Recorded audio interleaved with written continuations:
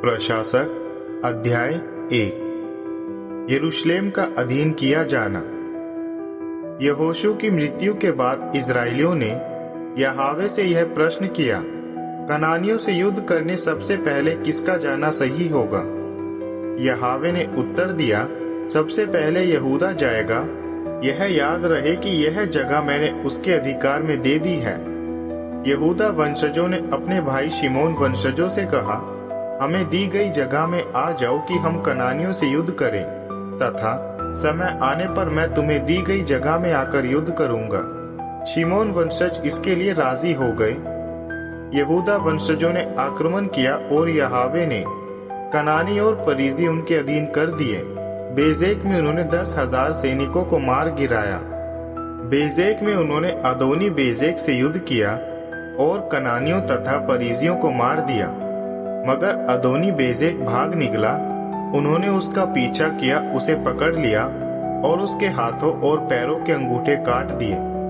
अदोनी बेजेक ने उनसे कहा, 70 राजा जिनके हाथ पैर के अंगूठे काट दिए गए होते थे, मेरी मेज की चूर चार इकट्ठा करते थे।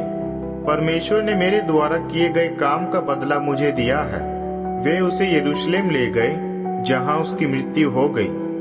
तब यहूदा गोत्रजों ने यरूशलेम पर हमला किया, उसे अपने अधीन कर लिया, उसके निवासियों को तलवार से मार दिया और नगर में आग लगा दी। इसके बाद यहूदा गोत्रज उन कनानियों से युद्ध करने निकल पड़े जो नेगेव के पहाड़ी इलाकों में तथा तराई में रह रहे थे। सो यहूदा ने उन कनानियों पर हमला कर दिया जो हेब्रोन में रह रहे थे। हेब्रोन का पुराना नाम किरियत अर्बा था। उन्होंने शोशाई, अहीमान और तालमाई को हरा दिया। इसके बाद वे वहां से दबीर निवासियों की ओर बढ़े। दबीर का पुराना नाम किरियत सेफेर था। कालेब ने घोषणा की, जो कोई किरियत सेफेर पर आक्रमण करके उसे अपने अधीन कर लेगा, मैं उसका विवाह अपनी पुत्री अक्सा से कर दूंगा। कालेब के छोटे भाई केनस के पुत्र ओथनियल ने किरियत सेफोर को अधीन कर लिया। तब कालेब ने उसे अपनी पुत्री अक्सा उसकी पत्नी होने के लिए दे दी। विवाह होने के बाद जब अक्सा अपने पति से बात कर रही थी, उसने उसे अपने पिता से एक खेत मांगने के लिए कहा। जब वह अपने गधे पर से उतर गई, तब कालेब ने उससे पूछा, तुम्हें क्या चाहिए? उसने उत्तर दिया, मुझे आपके आशीर्वाद की जरूरत है, जैसे आप मुझे नेगेव क्षेत्र दे ही चुके हैं, और यदि हो सके तो वैसे मुझे जल के सोते भी दे दीजिए। तब कालेब ने उसे ऊपर का सोता, नीचे का सोता दोनों दे दिया। मोशे के ससुर के वंशज अर्थात केनीवासी खजूर वृक्षों के नगर से यहूदिया के लोगों के साथ यहूदिया के निर्जन प्रदेश के इलाके में चले गए। यह जगह अराद के पास दक्षिण में है। वे वहां के निवासियों के साथ ही बस गए। तब यहूदा वंशजों ने अपने भाई शिमोन वंशजों के साथ जाकर सेफत में निवास कर रहे कनानियों को मार दिया और नगर का पूरा विनाश कर दिया। सो इस नगर का नाम होर्मा पड़ गया। यहूदा ने अज्जा, अश्कलोन तथा एक्रोन नगर को इनकी सीमा सहित अपने अधीन कर लिया। यहोवा यहूदा की ओर थे। उन्होंने पहाड़ी इलाके को अपने अधीन कर लिया, किंतु वे घाटी के रहने वालों को निकाल ना सके, क्योंकि उनके पास लोहे के रथ थे। उन्होंने कालेब को हेब्रोन दे दिया, जैसी मोशे ने उनसे प्रतिज्ञा की थी। कालेब ने वहां से अनाक के 3 पुत्रों को खदेड़ दिया था, मगर बिन्यामीन के वंशजों ने यरूशलेम में रह रहे यबूसियों को वहां से नहीं निकाला। परिणाम स्वरूप यबूसी आज तक बिन्यामीन के वंशजों के साथ यरूशलेम में ही रह रहे हैं।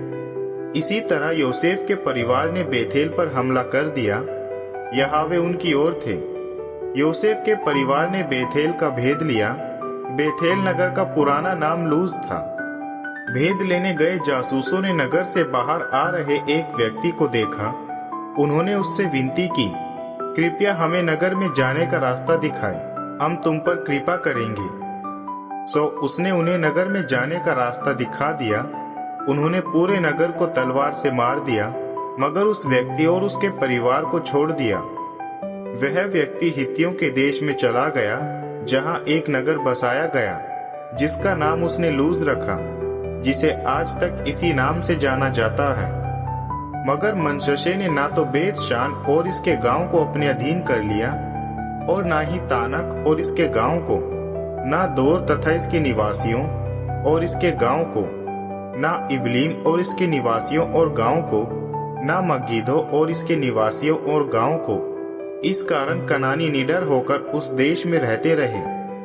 तब वह समय भी आया जब इजरायली सामर्थी हो गए।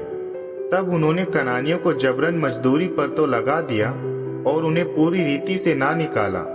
गेजेर में रह रहे कनानियों को एफ्राइम के वंशजों ने नहीं निकाला। इस कारण कनानी गेजेर में उन्हीं के बीच रहते रहे। जेबुलून ने कित्रोन वासियों को नहीं निकाला और ना ही नहलोल वासियों को। इस कारण कनानी उनके बीच में रहते रहे और उन्हें जबरन मजदूर बनना पड़ा। आशेर ने ना तो अक्को के, ना सीदोन के, ना अहलाब के, ना अकजीब के, ना हेलबा के, ना अफेक के, ना रेहोब के निवासियों को निकाला। इस कारण अशेरी कनानी के बीच में ही रहते रहे। जो इस क्षेत्र के मूल निवासी थे उन्हें बाहर निकाला ही ना गया था। नफ्ताली ने बेत शेमेश के निवासियों को नहीं निकाला और ना ही बेत अनात के निवासियों को। वे कनानियों के बीच में ही रहते रहे जो इस देश के मूल निवासी थे। बेत शेमेश तथा बेत अनात के निवासी उनके लिए जबरन मजदूर होकर रह गए। इसके बाद अमोरियों ने दान के वंशजों को पहाड़ी इलाके में रहने के लिए मजबूर कर दिया, क्योंकि अमोरियों ने उन्हें घाटी में प्रवेश करने ही न दिया। अमोरी अयाजलोन तथा शॉलबीम में होरेस पर्वत पर जबरन रहते रहे। मगर जब योसेफ के वंशज सामर्थी हो गए तब इन्हें भी जबरन उनका मजदूर हो जाना पड़ा। अमोरियों की सीमा अक्रबीम की चढ़ाई से शुरू होकर सेला होते हुए ऊपर की ओर बढ़ती है।